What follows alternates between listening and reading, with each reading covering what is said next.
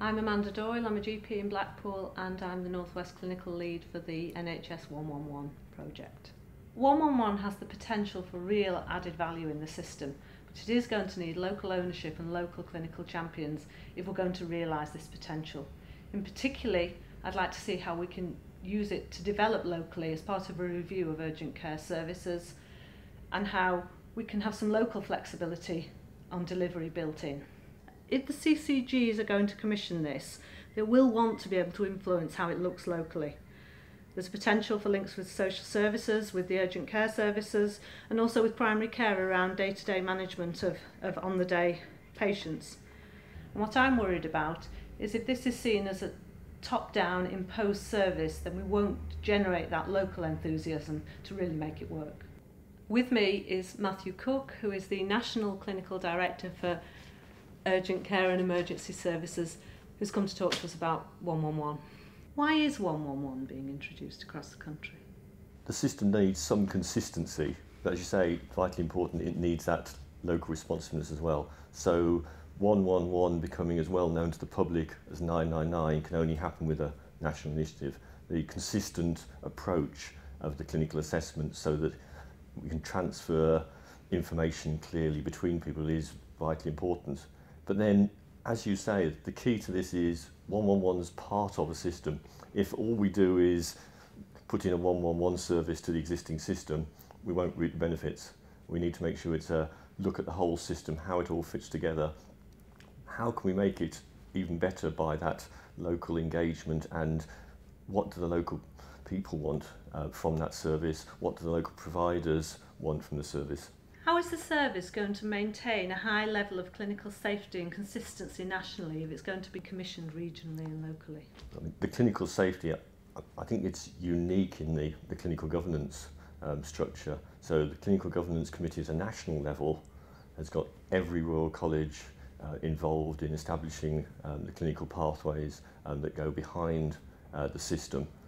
So from my point of view, I've not seen anything like that before, so I feel much happier than I have done with previous initiatives. But there is also the local governance there as well, so where things need doing differently in an area, there is a mechanism to make sure it's safe and that the public are getting the best from it. And again, before any area goes live, the clinical governance reviews that go on ensure that all the stakeholders are involved.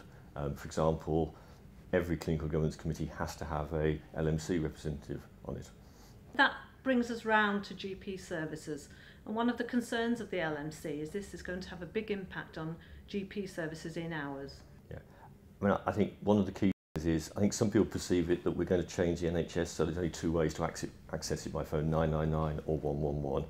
There's a very clear message, there are three ways. It's 999, 111 and your GP's number. And the GP during the day is going to be the key number that people need to use. But if we can get it so that all people need is three numbers rather than a vast array of numbers, that'll be a really major change. What will happen to GP out-of-hours services, both call taking and provision of clinical appointments?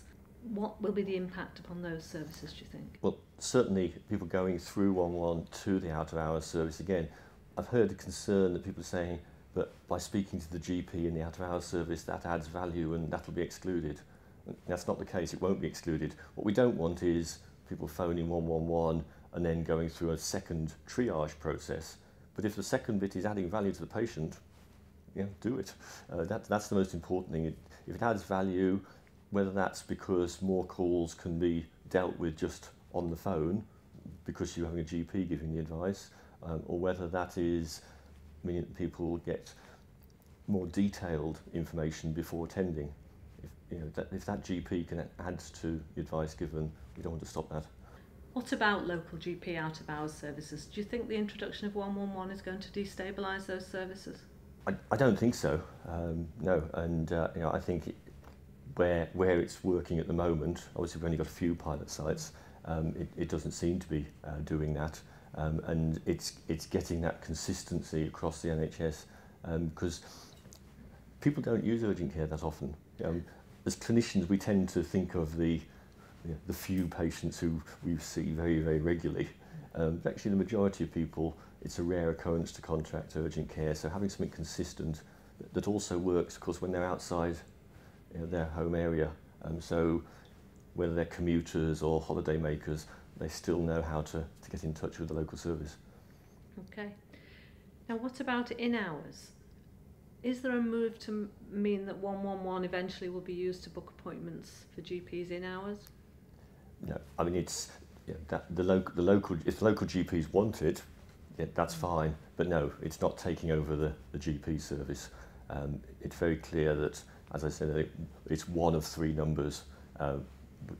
We want people to contact their own GP as the first port of call, unless they believe it is an emergency when they ring 999 during the day, or if there's some reason why they're out of area or something like that, then they use 111 in the day.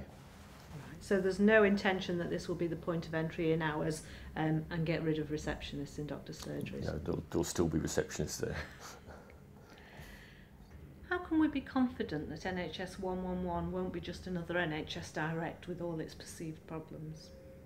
I think it is different, and it's obviously, initially when people hear about it, it's a telephone service, and the immediate thought is it's the same as NHS Direct. But the ability to put people straight to where they need to go. So if it turns out to be needing a 999 response, the ambulance is dispatched via the 111 system, not telling people to phone 999. The directory of services is very different, and obviously the crucial piece there is keeping that directory of services up to date. But that can be personalised down to a much more detail than we've done before. So GP practices can specify what they want for their patients.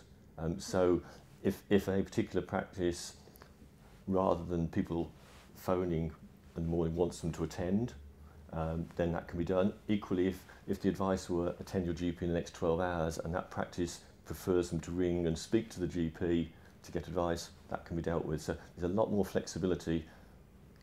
The one proviso to all that is it's keeping that information up to date. So it really does need everybody who's providing to make sure that they're entering the directory of services is absolutely up to date with what they've agreed for their practice or for the other providers.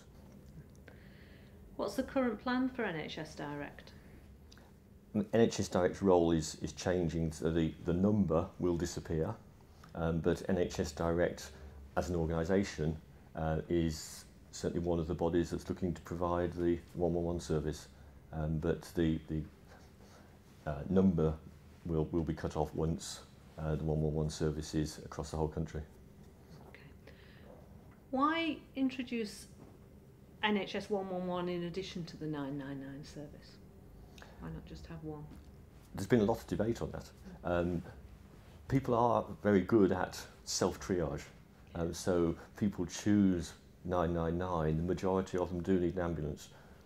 What we found in the pilot areas, there's still about 5% of people who ring 111 who do need an ambulance. So it is our first tier of triage, that what the patient does. And though we like to think of ourselves as the experts, people are really good at working out in general. Getting it right 95% of the time is pretty good for 111. But because of that 5%, we do need to be able to divert it in that direction. But equally, we know that people who ring 999 often don't need an emergency ambulance and need diverting in the other way. Interestingly, in the North East, where the pilot's been running the longest, the number of people going to the 999 service has decreased. People have tended to use the 111 for the less urgent. Right. Okay. We've talked quite a lot about primary care and GP services. Presumably there's opportunities for NHS 111 to direct people to other services that might be more appropriate for them. What sort of experience have we got with that in the pilots? Yes, I mean it can direct people to any NHS service that we know about, so any that's in the directory of services. Certainly, again, the one that's been running longest in the North East, the number of A&E attendances has gone down slightly. I think it's really important we don't say that's caused by 111 on its own. They've done a whole system change of which 111 is part. They've changed things in primary care, they've changed things in secondary care to get those results. And if we're going to have success, we need to make sure 111 is part of a fully integrated system. Thank you, Matthew. We'll certainly be watching closely to see how we use 111 in the North West to improve urgent care services.